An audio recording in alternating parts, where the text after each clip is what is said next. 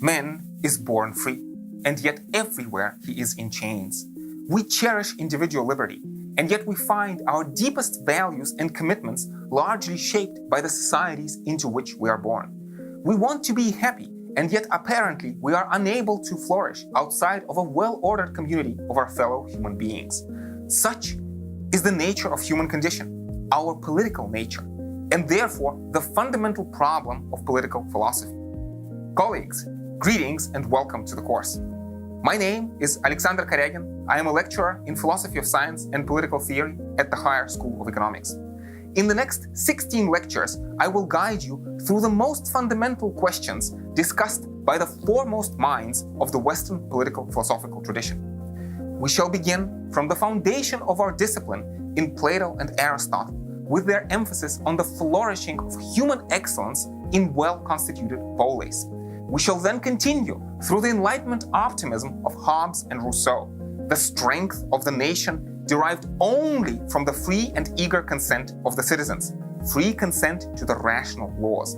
Finally, we shall arrive at the anxiety and the suspicion of the modern critical tradition of Marx, Nietzsche, Foucault, their unmasking of the ideological indoctrination, of the progressive exploitation, of alienation and of ultimate potential self-destruction of humanity, enslaved by the structural pursuit of efficiency for the sake of efficiency. Some of the questions that we shall discuss in our course. To what extent societies enable or restrict our individual flourishing? Are we in control of our destiny, or is human nature merely a product of larger structural forces of biological and cultural evolution? Are we progressing towards a more enlightened society or towards self-destruction? What should be the balance between reform, maybe even revolution, and conservatism? Why study political philosophy? In many ways, a strange question. If you do not think for yourself, others think for you. Is the unexamined life worthy of a human being? What are we? Where do we come from?